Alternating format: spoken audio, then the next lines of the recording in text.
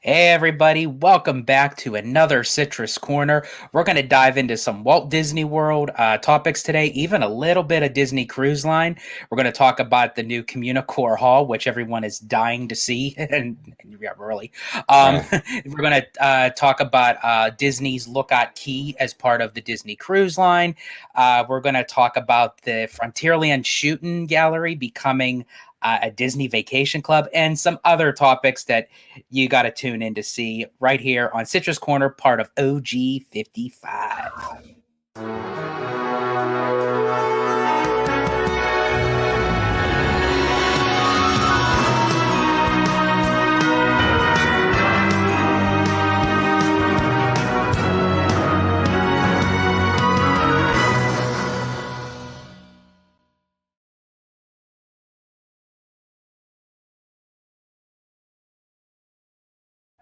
Welcome back, everybody, to another episode of Citrus Corner, part of OG 55. I'm George, the Italiano, your host with the most. I got my bro here with me, the OG himself, Mr. Orange Grove 55. How are you doing today, sir? I am doing absolutely fantastic. George, it is great to have you back. It was great to have you here in California. It was. Yes. It's also great to have you back on the show, though. We missed you. Thank you. Appreciate it, bro. Yeah, this is I've done a show with you and Mr. Seymour Duck. We dived into talking about the success of the opening weekend with Inside Out 2 and dived into a lot of the box office numbers and everything. Definitely check that Orange Nerd episode out. It's definitely, as our friend Kaylee calls it, a real banger. But yeah, definitely I'm glad to be back on the channel, and why not start it off with a Citrus Corner? Why not? You know. Exactly. So let's dive right into our Let's do first it. topic, shall we? Our Yes, first sir. one of the day is going to be the CommuniCore Hall Festival venue. Now, this is basically the final puzzle piece put into place that was part of the whole Epcot facelift that started way back when Chapek was actually chairman of the parks before he even became CEO. That's how long this thing has been going on, and this was the final piece, and it was a bit underwhelming to say the least for Disney fans, and yes, entering through the park, that they say it's not really a lot going on. It just basically like an empty building with chairs and tables, and even the surrounding landscape. A lot of people are saying that it's really under par. It didn't reach their expectations, and I think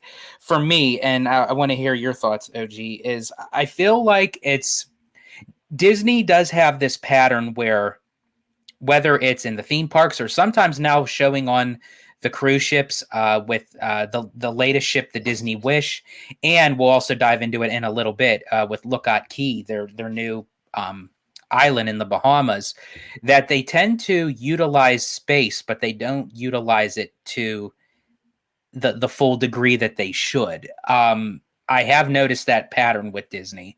Now, does this make or break my experience at Epcot? Absolutely not. Do I think that Disney could have done something a little bit more? Probably. I mean, I think people's expectations when they saw the initial concept art, which a lot of people should really not take that verbatim. Like, they look at it as the gospel. You really got to take it like a grain of salt, that when Disney shows you a piece of concept art, it's going to change throughout time. Yeah. But what are your thoughts on it? Okay, here are my thoughts on it. I think Disney, I agree with you. I think Disney could have done better. At the same time, I think fans are blowing it up out of proportion as well. So I think both things can kind of be true at the same time. So yes, I think Disney could have done better with this, what they're calling a flex space. But at the same time, fans are really up in arms over this. Like, we lost, the Sistine Chapel or something. I mean, this is, so again, both things can be true at the same time. I understand to some degree why it is so plain, because when you have a flex space, you can't add too much, stuff in there, because you have to be flexible for events and what have you. And each event is going to be a little different. So you don't want to overly theme this thing and have it not work with whatever you're putting in for that event, right? And that's kind of like what the mentality was with the Disney stores, like the World of Disney store over at Disney Springs and in downtown Disney. Do you notice they took out a lot of the statues, like the old school, like 90s era, like Disney store statues, and they put more flex spacey kind of stuff in there, like a lot more screens, kind of designs like this, wood, things like that, where it's a little bit more, what's the word for it? Kind of evergreen. So whether you have Disney animation stuff or whether you have Marvel or whether you have Star Wars or even Fox stuff, it works in that space, right? Same kind of applies here. It's a flex space. You're going to have all these various events in this area. You don't want to have it too like themed and too focused and distract from each event. So I understand why they did it, but at the same time, I think they could have handled it a little better than they did. So that's where I'm at with it. But now before it was it like, I mean, we talked a little bit about pre-show, but you were saying that you didn't even really remember. I really don't. I mean, it definitely had some more kind of charm to it, but as I said, it was far back that I could barely remember that I've even been into that building. So as I said, it doesn't really make it or break it for me, but I do like the outside aesthetics of the building. I like how it gives like those panels, like Spaceship Earth, where it says CommuniCore Hall. Also, what a lot of people have to understand too is they're kind of comparing it to the festival pavilion that we were supposed to get with the outdoor kind of like Central Park up on the top, and down on the below, the inside was going to be for like festivals or events and what have you. Now we only got to see the top part of the festival building and around like what the aesthetics of the building, but we really don't know too much of really what it was going to look like on the inside. So a lot of people are kind of saying, okay, this was going to be some grand thing. Well, really, that old festival pavilion that we were shown at D23 as part of the Epcot facelift, if you will, could have actually ended up looking like what CommuniCore Hall is. We don't know. Yeah, we don't know. Now that whole structure is cooler, so even if it was more plain on the inside, I think people would have been a little more forgiving. But you make a great point there, where it could have been, and it probably would have been just as plain, because it would have been a flex space as well, from what I understand. Here's the other thing people got to understand here, and I'm not making excuses, but I want to kind of address this because it is a thing, right? We have to understand that this product right here, the CommuniCore Hall and all the Epcot stuff in general, is not necessarily a current Disney thing. And what I mean by that is I see a lot of people on X and stuff kind of blaming like Bob Iger for this, okay? Now, Bob Iger has a lot of blame for a lot of stuff, okay? But this isn't one of them. Like you were saying, this thing was birthed in the Chapek era, okay? And this is very much a Chapek era thing. It was also a Barbara Boza thing. Neither one of them are still with the company, but there is a lag in these projects and even in movies. Perfect example, Inside Out 2, massive success. Guess what? Residual Chapek by and large. That was mostly a residual Chapek thing. So I'll give credit to him, for the good. This not so good is also residual Chapek though. You know what I'm saying? Mm-hmm. So to come down on Bob Iger and be like, oh, well, look at Bob again, Iger this, Iger that. It's like, well, it's not really Iger. This is residual, and he came in well into this project. Only so much can be changed. Another thing too is we have to understand, in the first tenure of Bob Iger's, CEO-ship, or whatever you want to call it, right? He knew how to balance the budgets and the creative pretty well. People seem to forget that. We got Cars Land, DCA 2.0, we got Pandora, just countless really good stuff on his watch. He clearly knows how to balance the money and the creativity, okay? Again, I'm not shilling for Bob Iger. I'm just saying historically he has proven himself that he can provide on his watch a good park experience, good park themed environments. You know what I'm saying? Pandora's one of the best. So is Cars Land. That was all on Bob Iger's watch. So again, this right here that we're looking at, if you're disappointed with it, that's absolutely okay. I am too. George is as well. But we also have to understand this is a product of 3-4 years ago with Boza and Chapek in charge. This is just the residual. It's coming to a head basically at this point. I just want to say that because it's not necessarily an Iger thing. Now, in 4 or 5 years from now, when things open, that's all on Bob Iger. That's on Bob Iger. If in 4 years from now we get something that looks like trash, blame Bob Iger. But it's a Chapek thing. It really is. And unfortunately, Epcot has to bear the brunt of it. Unfortunately, Epcot seems to get that a lot, sadly, because it's a great park. But it's mostly a Chapek and Barbara Boza era product. Yeah, absolutely. And the thing with Epcot is it kind of falls in that in between where you want to see Disney, but then you want it to be its own identity.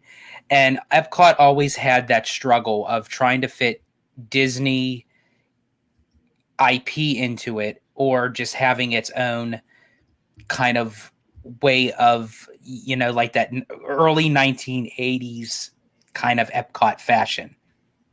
Because Epcot didn't really have a whole lot of Disney like esque characters or properties added into it. Now that it is, it's like still trying to find that balance. And I feel that the world celebration, or I'm still so used to calling it Future World, to be honest with you, but, it is what it is. But I feel like that they incorporated some of the Disney IP where you have the Moana in the world nature. You have technically Figment is an original IP, but he's still part of that Disney-esque kind of quality. But when you have something like this, I think people are kind of not understanding like the true message of like what is supposed to be, because again, that original concept was, okay, we were supposed to get this kick-ass kind of festival pavilion with like a central park on top, and now we just get a square building. But it's, at the end of the day, this building was to do one thing and one thing only, and that was to hold festivals and events. So when we look at it right now, yeah, it's an empty space, but when it starts doing its job, right, are you really going to look at it? Yeah, anyone that walks in there just to check it out, it's just going to be like another building. But for someone that has maybe a catered event or a business meeting or what have you, or whatever that's going to go on in there, they're not going to see it like that.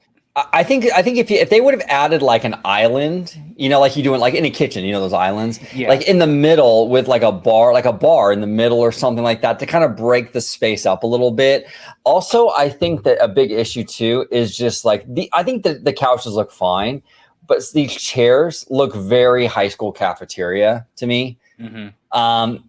So little things like this would go a long way if they just kind of swap. I think it's the subtle. Yeah, I think it's the subtleties. I think honestly, that's where Disney kind of had that miss, because I feel like that they're thinking, okay, well, this is just going to be for meetings and festivals and events. Whoever maybe rents out this space, they can decorate it and design it the way they want. We'll just put in the cheapest of the cheap. I'm sorry, Disney, but that's what it is. It's they have the building open, but yeah, I think it's the subtleties of. That seemed like it was a miss. So I can kind of see it both ways. I could see where Disney was going with it, but I could also see why fans would be disappointed. I can completely understand why fans are disappointed. I'm disappointed, but I'm not devastated. I'm like, oh my God, this is embarrassing. I think it could have been better. Look, I'll be honest with you. We went into the Epcot guest relations building or whatever room, whatever that is, when we went to Epcot, and it wasn't that. I mean, it didn't look that much different than what we're looking at here. But is what I'm trying to say here. It wasn't like super themed, like, oh my God, this is incredible either. You know what I'm saying? Now, granted, that's a much smaller space, but I'm just saying there's a lot of the elements when you walk into Epcot. You go in there, it's carpet and it's kind of bare in there too. It's not exactly like crazy to the nines with the theming. It looks very Tomorrowlandy. You know what I'm saying? It is. Yeah. So I don't know. Yeah, I see it kind of both ways. Hopefully, though, they can put maybe some stuff on the walls. Maybe they can swap out these tables and these chairs. I think that's a big I think that's a big part of why it looks so cheap, to be honest with you, because the ceiling looks pretty cool. I like the design on the ceiling and stuff. It's the chairs, the tables, the blankets on the wall. It seems like the furniture that they really bought, they probably got like a 2-for-1 deal on. Yeah, exactly. Well, yeah, exactly. That's what it looks like. Very, very cheap. So there's things they can probably do to make it look a little better, and they probably should. But we'll see. When will they start filling this thing with festival stuff? Do we know? I guess they didn't really give anything like specifics of like when or what it could be, but it makes me wonder because I know that they have like the food and wine, they have the flower and garden, and they have the festival of the arts, but that's usually like around the park. So I wonder if this may be like a festival within a festival kind of thing, like where it's like not one of the big heavy hitters, but it's like like maybe something more smaller. Yeah, absolutely. So we'll see. I don't know. I'm disappointed, but not like raging mad. I'm kind of, it could be. But if they take some steps to kind of improve it, like I said, with the chairs and maybe some stuff on the wall or something, I think that would go a long way. So that's kind of where I'm at with it, Yeah, I definitely agree. Well, speaking of Disney guests being stark raving mad over some other stuff, so Disney confirms the Frontierland Shooting Arcade will have its final day of operation on Sunday, June 23rd, which will be turned into none other than Disney Vacation Club. Oh, what man. else? Yeah, this is interesting. This is a choice. Okay, here's my take on this real quick, George. Mm-hmm. I understand why Disney wants to get rid of the shooting gallery. It's not kind of outdated. It is outdated. It's a very 1950s entertainment. Let's be honest. You know what I'm saying? I understand it. I understand why they would want to get rid of it and put something else in there.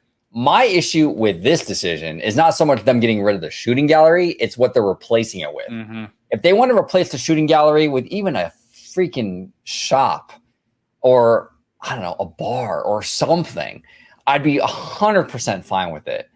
But this DVC, it's like, I feel like we get so much DVC. I'm so burnt out on it. I don't know. That's kind of where I stand with it. I don't care about the shooting gallery, but I don't like what's replacing it. I agree. I mean, like, I could take it or leave it with the shooting gallery itself. But yeah, when I saw like a DVC, I'm like, yeah, more of this stuff. They already incorporated it, so much of it around the resort. They integrated into the parks. It's like, how much, as you said, how much of this do we need? And it's like, it almost sometimes feels like it's Disney's desperate call to try to get people to sign up for it. Because I don't really know how well it's been doing. I know it was very popular in the 90s and the early 2000s and even into the 2010s. But I felt like when the 2020s came along, it was like, well, of course, DVC members got the short end of the stick during the pandy and the shutdown and the reopening and everything. So I don't know, like, how much has Disney kind of worked that in. Anyone watching, comment down below if you are a DVC member or if you know someone who is. Do you still get all your benefits and perks that DVC members used to get? Because if not, I'm wondering if this is again Disney's desperate call to try to get people, like, kind of persuasion to kind of say, hey, check out Disney's very own timeshare. Yeah. Well, I kind of feel like that was part of the reason why they put that Big Al statue in DCA, because they knew everybody and their mom was going to want to take a picture with Big Al. They knew that. And where they put it? Right in front of DVC. Yep. Right in front. You think that's an accident? There's no way that's an accident. They totally wanted to, because no one really cares. Most people walk right past DVC, over at DCA at least. It might be different in Florida. Out here, people just walk right past it. I never see anybody there except for the cast member. So what do? You put a Big Al statue there, and then you have the DVC cast member standing right there. Hey, how's it going? And not even just the statue, but they have it interacting with the magic band. and everything. So it's like it gives you a couple extra seconds to stand there and try to get it to work. It's like, well, while you're trying to work that out, your magic band and the Big Owl statue, let me show you some of our, very own Disney timeshares, part of the Disney vacation. Yeah, it puts you in proximity of the DVC stuff. Yeah, that's not an accident. Now, I still think they're going to have the country bears. I still feel like there's a chance they're going to bring more country bears into DCA because of that statue, but the placement of it, though, right there in front of DVC was not an accident. Yeah, absolutely. Yeah, it was like killing two birds with one stone. It was like, we're going to showcase Big Al, kind of throw in like a hidden Easter egg, of what could possibly come to DCA. But also while we do that, let's kind of draw some people into DVC. Because honestly, I mean, I do see where you can kind of get the bang for your buck with DVC. It's a 40-year kind of timeshare agreement with Disney, but I know like with a lot of like the maintenance fees and it's just like sometimes it can be a little bit overwhelming. And then again, a lot of people think that it's not a bang for your buck because they lost out on all the benefits. Right. Yeah, exactly. Yeah, we'll see, man. I don't know. I just think that's a missed opportunity. If they want to do a DVC lounge, put it somewhere else. But they should put something cool in there. Like a bar would be fine. I'm not a prude when it comes to alcohol in the castle parks. I know a lot of fans don't like that. I don't really care. I think Disney does a good job at regulating for the most part. I know people are going to go in the comments and tell me, well, one day I saw this guy who was really drunk. I get it. It happens. But for the most part, they're very good with handling people drinking and over drinking. Make it a bar, or something. And honestly, I do have to speak on that. Nothing specific, but here's the thing. We're all grown adults. We should know our limitations when it comes to alcohol. So if you're going to consume alcohol, know the consequences and repercussions that may come along if you overdrink too much. Right. That's not up for Disney's responsibility to babysit adults to say how much that you should be drinking. If you're going to drink and you're going to overstep your boundaries and you're going to end up doing something quote unquote stupid, then I'm sorry, that's not Disney's fault. That's your own fault. Yeah. And Disney can only do so much, but I think for the most part they handle it really well. I don't see a lot of like belligerent drunks like wandering DCA. Very far and few between. I'm sure it's very similar in Florida as well. I was there with you for 10 days. Mm-hmm. I didn't see crazy drunks everywhere. Yeah, I mean, cast members are good at this. They're trained to know the signs of someone who's had too many, and I think it's fine. But that would have been a better option. Anything, I mean, a shop, anything, literally anything would have been better than a DVC thing. Yeah, something, anything. And as I said, here's one last thing I have to say on the notion: if you do want to drink at Disney, do like the Italiano does. Have 4 Italian margaritas and then go hit a ride on Luigi's Rollickin' Roadsters. Yeah. Dude, I don't know how you did that. So, did you get sick? I mean, because those things spin. No, I didn't get sick. I did have the giggles, though. I was laughing like crazy. That is so funny. Yeah, I was in my Uber. You were calling me. You were pretty, you weren't drunk, but you were tipsy, I think. I was tipsy. Yeah. It was a good time. Yeah, no, absolutely. Now, speaking of a good time, we're gonna leave land and we're gonna go to the sea as part of Disney Cruise Line. There were media previews and for the inaugural sailing, not the actual sailing, but to Disney's Lookout Key as part of Lighthouse Point, which is Disney's second island as part of their excursion. Now, I do have to say, Lookout Key, Disney does not own the full island. They only own partial of the island. They have other kind of ports of call that other cruise lines go to. Gotcha. Now, here's the thing, and I believe it is Lighthouse Point is in Urethra or something like Urethra. I can't pronounce it. It's something like that.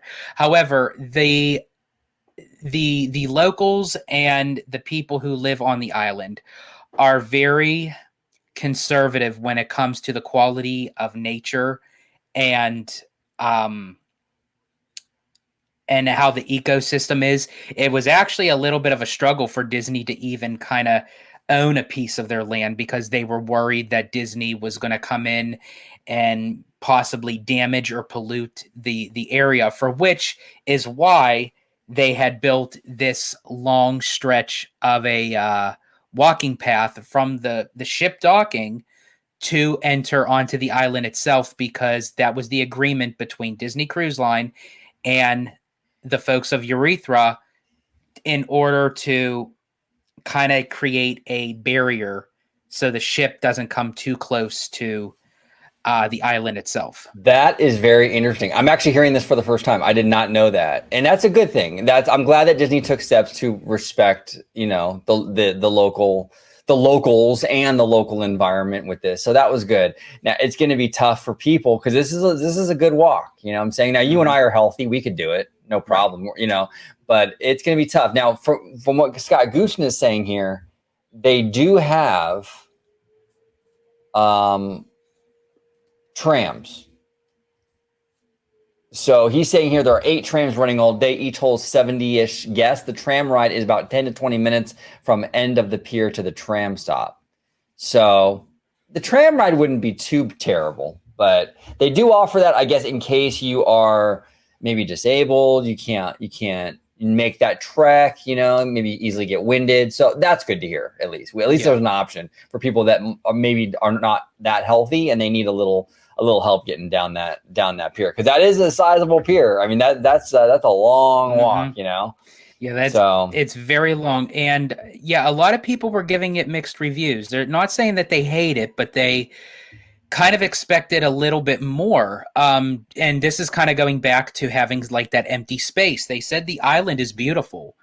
The beaches are beautiful. The water, crystal blue clear, but there's a lot of gaps in between where it's basically just an island with a beach. There's not a whole lot going on. There's not a whole lot of excursions. There's not a lot of, I don't know if they have water slides like Castaway Cay. A lot of people are describing it like a Castaway Cay, but like a Castaway Cay light is what they're saying. Now, for me, for my experience on the island, I really honestly don't care. All I need is the island, the beach, the water.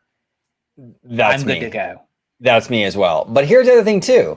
You were saying that people are complaining that there's not a whole lot of stuff, excursions, things are far and few between. That is probably because of what you were saying earlier, where the locals are very concerned about Disney coming in and overbuilding this stuff. Yes. They were probably very restricted as to how much they could build on that island. And that's why it's a little more spread out, a little more, there's far and few between, you know what I'm saying? I'm sure that had a big part of it. And actually another part of it is something that's a little bit more unsanitary, if you will, that a lot of people were reporting. Now, again, I don't necessarily blame Disney for this, because, I mean, they're going to have to fix this issue, but they're probably going to have to do it in a way, because, again, to not upset the locals and the Bahamian government and what have you, that when they do the barbecue out on the island, a lot of guests were complaining about the insects coming around the food. I saw the video, and that was really disgusting. There were I think there were hamburgers or something. I don't remember what it was. And there were just so many flies. I get it. When you have a barbecue, you're going to have some level of there's a fly, you got to shoosh the fly, whatever. But this wasn't that, dude. This was like dozens of flies sitting on the stuff. I wouldn't have eaten it. No, I wouldn't have either. I would not have either. And honestly, as I said, Disney does need to kind of fix the problem. Now, as I said, the problem probably is of how Disney handles on Castaway Cay is they probably do a lot of spraying. They probably do a lot of I forget the technical term for it. But again, I don't know what the island of Urethra and the Bahamian government feel about in this jurisdiction of this part of the land. I don't know if they believe in spraying. I don't know if they feel like it, it kills, even though they're insects, it kills nature. I don't know what their beliefs are.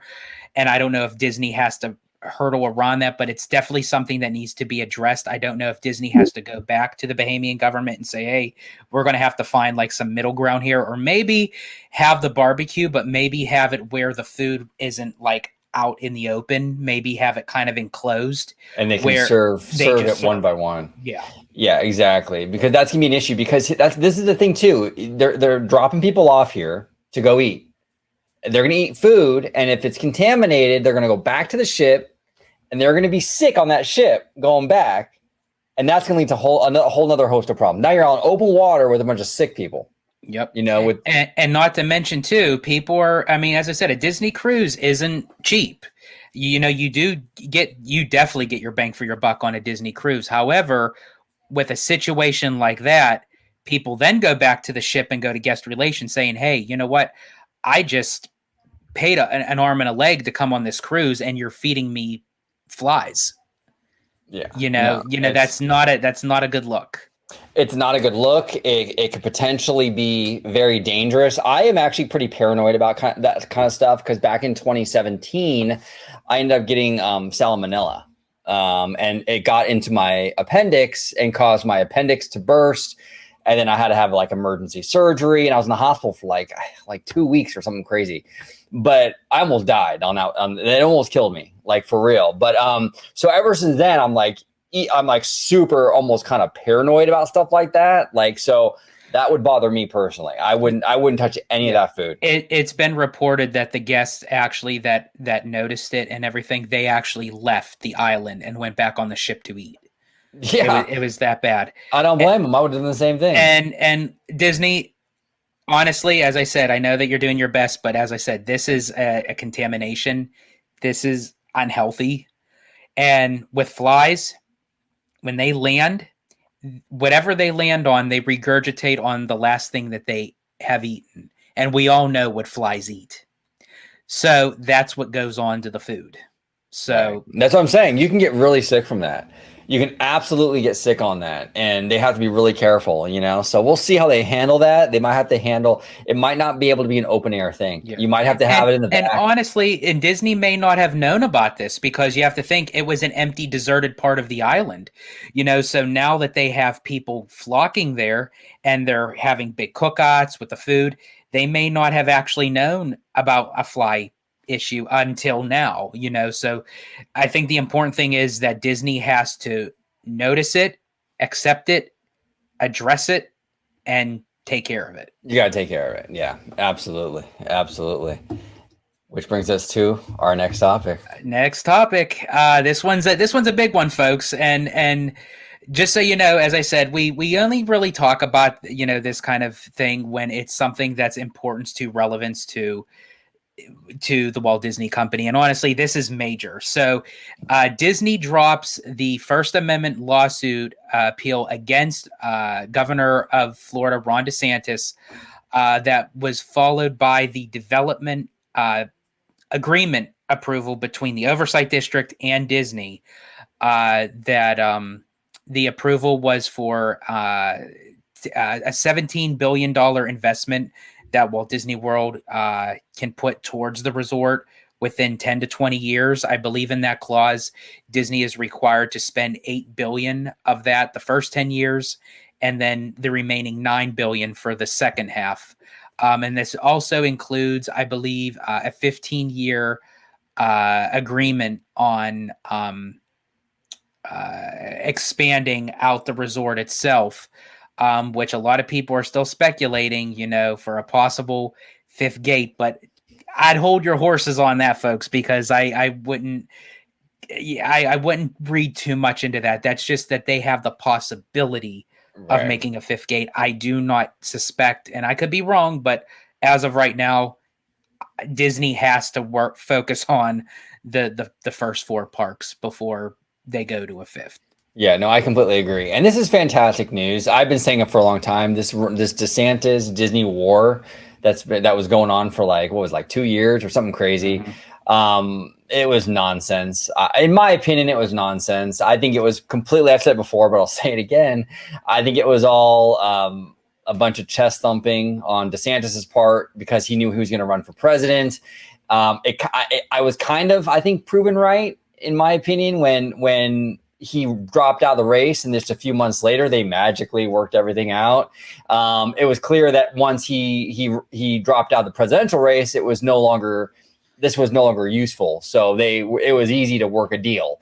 So now they're fine. And it was a little bit, the timing is a little bit convenient, you know what I'm saying? But regardless, how we got here doesn't really matter. I think that the most important thing is that we are here and that they're working together. Thank God. Thank God. It's great for Walt Disney World. It's great for the state of Florida. It's great for us fans. It's great for everybody. You know what I'm saying? Yeah. Yeah. The important thing is that it's over, you know, and really at the end of the day, Disney still got what they wanted, you know, they still kind of, in some odd shape or form, it was kind of going back to the beginning. Yeah, there were some changes here or there, but I mean, Disney still kind of gets what they want at the end of the day. And I also believe, as part of the agreement that they signed with the oversight district, which they did comply to, I think there's something in the clause that something like this could never, ever happen again on Disney property. As far as for Walt Disney World goes. What do you mean something like this? Like as far as like with what happened with Reedy Creek. Like as far as like with the lawsuits and everything, there's something in the clause. I remember reading, I don't know the specifics, but it stated that Disney kind of covered their own ass. So something like this, history won't repeat itself, even down the road, even after DeSantis. That if anybody wants to come in and try to like play games, change up what Walt Disney World has or doesn't have or trying to change, it's in the clause that it's signed, sealed, and delivered, and it was signed by the oversight district to agree upon it. Yeah, no, that's good, and I'm glad that they're working it out, you know, and I'm glad that we're starting to see traction on some of these projects, like the Animal Kingdom, Tropical America stuff. I think we're definitely going to get information on that at D23. The Beyond Big Thunder, I think that's definitely going to be. I think we're going to hear more about that as well at D23. So there's big things happening over there at Disney World. You know, I agree with you, George. I don't think we're going to get a fifth park, but I think they want to keep that option open. That's why it's in there. You know, like, for example, I don't think we're going to get a third gate at Disneyland anytime soon either. I think eventually we will, you know, but it's more of like, you know, they want to keep options open down the road. They're forward thinking. These parks are very much, they think in, you know, 5, 10, 20, 30 years in advance. So exactly. Yeah, fifth gate isn't happening anytime soon, but, you know, I think eventually maybe they will get one, you know, they probably will eventually. So, yeah, I think eventually. And as you said, like Disney always thought, you know, 10, 20, 30 years down the road. So, you know, once they catch up with the parks that they have, you know, there's enough to do. You know, they may consider down the road a fifth gate, but as you always say, OG, people only have a certain amount of time off of work, off of school, summer vacation, what have you, even money. You know, it costs, you know, even an arm and a leg, even just to travel by airfare anymore. So, you know, if you have a family of 4 or a family of 5 or even a family of 3, you know, the more that they add, which they will, but that's going to, you know, kind of bring to the conclusion that you're going to have to shorten your trip and not be able to do anything, which could entice you to go back again. But it's like sometimes that could be a little bit of a cannibalization. Oh, no, it could be. It could be a huge cannibalization. And I think even right now, we're kind of there, you know, because we're going to have 3 parks for Universal, not including Volcano Bay, by the way. So you have 3 in a water park that's just for Universal. You know what I'm saying? Disney World, you got 2 water parks, you know, well, on and off, you know, with the water parks. And you got 4 theme parks and a vast resort area. I mean, it's crazy. So there's already too much to do in an amount of time for the average person. What are you going to do? Get another park into that mix? That's really hard for people to do with PTO, time off, with money. There's time spent. It's really, really hard to pull that kind of vacation off. And families are going to have to start making choices. Do we have to do Hollywood Studios again? Do we have to do Islands of Adventure again?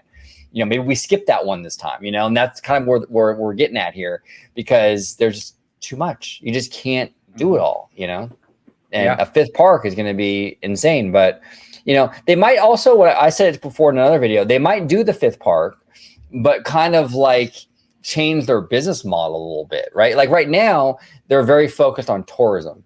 You know, Universal is tourist too, but not as much. Like I feel like Universal sort of plays to the local market a little more with the Halloween Horror Nights and things like that, like the pass holder culture, a little more than Disney World.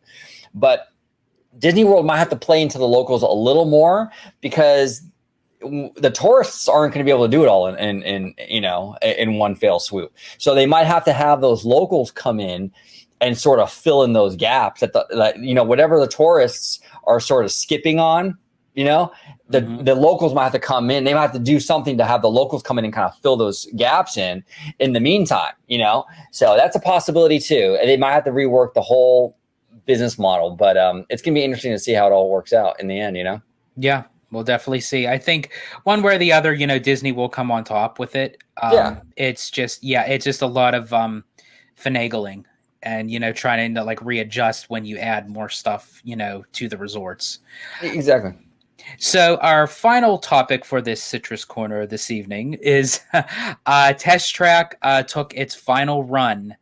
I believe at the time of this recording was yesterday, right. June 16th. So starting today, which is June 17th, it is no longer in operation due to the fact that it's getting the major refurb of the Test Track 3.0, which I'm actually very excited about because they're going to kind of go back to the original attraction that Test Track replaced, which was World of Motion. So they're going to kind of incorporate, I think, a lot more kind of realism and nature side to it, along with still that classic, Test Track kind of thing. I think 2.0 isn't really my cup of tea. I think it was very more futuristic, more Tron-like. I didn't really care for it. I preferred the original Test Track. So I'm kind of glad that they're kind of going away from the futuristic kind of approach and going back to the World of Motion. Yeah, and I never experienced World of Motion, but I think it's kind of cool that they're kind of giving. See, this is the thing too, and a lot of fans get all upset with Disney on so many, and rightfully so. Disney does drop the ball a lot. The fans aren't always unreasonable. You know what I'm saying? But with Epcot, I feel like they're at least trying to sort of play to the diehard fans. I see a lot of like things that they've done with this renovation, like that only the diehards would really appreciate. Like bringing back that, I always forget that glass spire at the entrance. Yeah, I know what you mean. Yeah. You know what I'm saying? Like the normie doesn't care, you guys, but that was for the fans, the diehard fans, this World of Motion stuff. I hardly think that the normies, the soccer moms are like itching for World of Motion, Test Track hybrid homages and stuff like that's for the diehard fans. So I'm at least look. Can we at least give them some credit for sprinkling this stuff in? Because you know what, you guys, they could have easily turned this into an IP thing. They could have made it Pixar Cars. They could have gone a million different directions in the IP direction, and they are holding back and not doing that, and they're actually going more in a World of Motion kind of direction. Look. I know it's unpopular, I'm sure I'll be called a shill for it, but I think for that move, I think we should give them some credit because I think that it is so easy. The low-hanging fruit would have been an IP thing, and they're not taking it. They're doing the more nerdy route, which is cool. And you know what they call that, OG? What? The veggie fruit. Yeah, exactly. veggie fruit. Yeah, exactly. But, and also too, I think after the fact that they are completed with the Test Track 3.0, I'm going to kind of, sorry folks, that is the hype train right on schedule. There we go. And you said hype train, so you know what that means. Nothing can stop us now. There we go. That I'm going to double down, and I think at D23, I think we might be hearing also an upgrade to the Imagination Pavilion. And I don't know. I think it's possible maybe a familiar face might rejoin Figment. Someone, little known person called the Dream Finder. You just never know. You never know. And also, I will say this, with Inside Out 2 doing absolute banger numbers at the box office, that property is perfect for Epcot. Yes. Because it plays to both things, right? Like it plays to what Disney wants with the IP, and it plays to the normies because the soccer moms and the normies are going to want the IP and the cute little characters, little anxiety, little envy, right? They want that, okay? But Inside Out is a unique IP where it also plays to Epcot's history with the edutainment. If you do it right, you can educate also alongside having this really like a popular IP. So it would be a smart idea to incorporate Inside Out into Epcot. I think that's really the best park that you could put it in. Yeah, And I agree. So which means they won't do it. Exactly. Yes. Exactly. Yeah. Because it's because really, if you think about it, like the imagination comes from in the mind.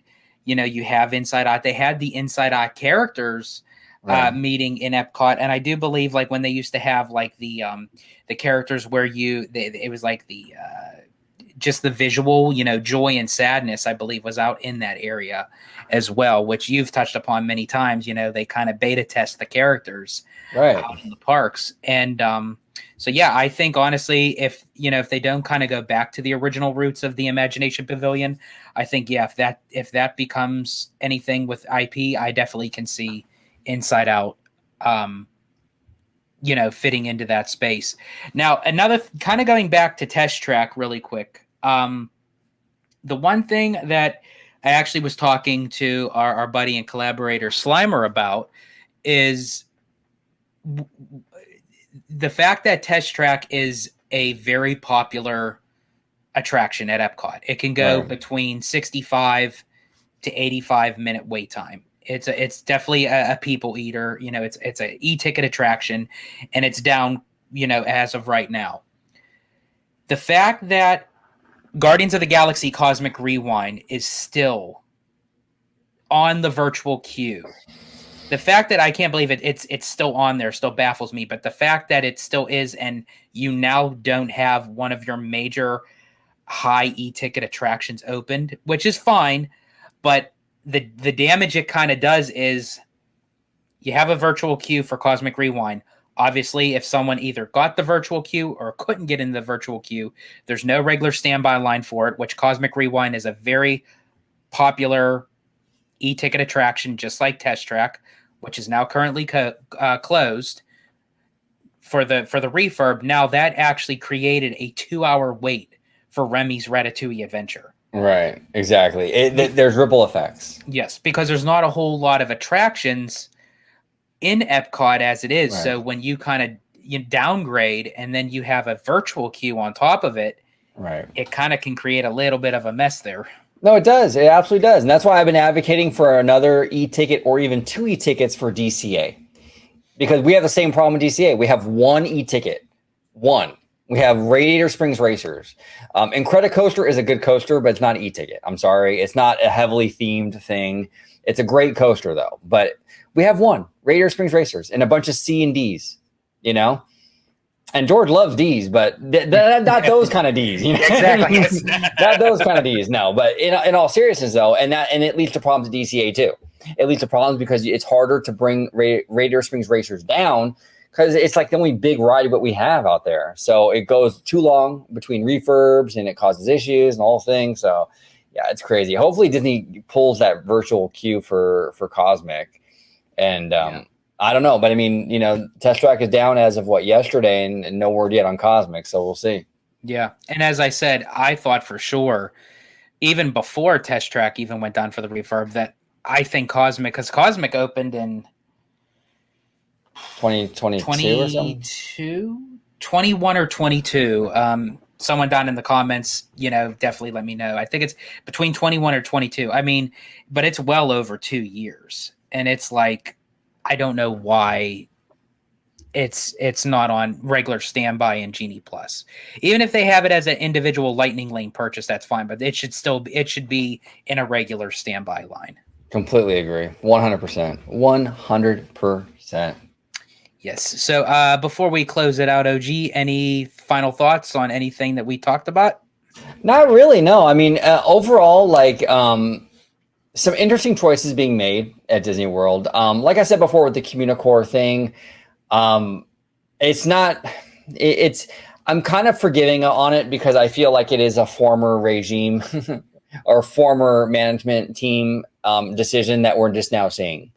But like I said, if in 3 and 4 years we're seeing similar kind of cheapness, then that's on Bob Iger and the new team, and hold them accountable. You know what I'm saying? But and especially with all the investments that they're getting, 17 billion for Walt Disney World and 60 billion just overall for the parks in general, 30 billion for the parks expansion, 20 billion for the cruise line. And then, what was it? The remaining would be for, maintenance, upkeep, and upgrades. So, I mean, they're getting the investment money, they're stating that they have it. Yeah. So they really got to put their money where their mouth is, like, no pun intended, because it's like, there's nowhere to hide now. You have all this money that you're claiming that you're going to invest. You have to utilize it and you have to showcase it. No, you have to. And like I said before, we've seen it from Bob Iger before. We know he, on his watch before, he did it. Some of the best stuff to come out of the modern era was on his watch. Whether that's not like a subjective thing. That's pretty objectively, like Pandora, Cars Land, DCA 2.0. These are fantastic things. Even, dare I say, Galaxy's Edge. Galaxy's Edge's issue isn't so much the land. The land is freaking gorgeous. It looks great. It's immersive. It's incredible. It's that lack of entertainment and music and life. That's the problem. Mm-hmm. But they were able to Imagineer a fantastic land. So on Bob Iger's watch before, they were able to do some great stuff, right? They can do it again. He has it in him. He's done it. I want to see some of that, Like I said, I'll give him a little bit of a pass with some of the stuff like the CommuniCore, because that is a Chapek thing. But going forward, if we start to get, like, for example, a Walt Disney World expansion, and that opens in like 5 years and it looks cheap as hell, that's on Bob Iger and the current team. There's no excuse for that. And Daddy Josh, you can't blame Barbara Boza and Chapek on that stuff, So exactly. We'll see how it pans out. But I'm not too worried about that. I don't think that we're going to see that. I really don't. I agree. And honestly, I think we're going to start seeing that starting point at D23. Yeah. Like, I think from D23 moving forward, they keep on saying, full steam ahead. We're going turbocharge. Okay. Again, you're going to use bold statements like that. Let's see it. Put your money where your mouth is. That's it. So I want to thank you, OG, for joining me today on this Citrus Corner. Everyone, thank you for joining us. Please comment down below on everything we talked about. CommuniCore, the Frontierland Shooting Arcade, Lookout Key, Test Track, Walt Disney World, and the DeSantis drama ending, finally. Anything, leave your comments, your opinions, your thoughts. All we ask is you just please keep it civil, Yep. So that's all we ask. And again, thank you for joining us. And as I always say, stay healthy, stay safe, stay Disney. Italiano out. Like Ice-T, I'm OG. Like Ice-T, I'm OG. Like Ice-T, I'm OG. I'm demon like IT. Got more juice than high tea.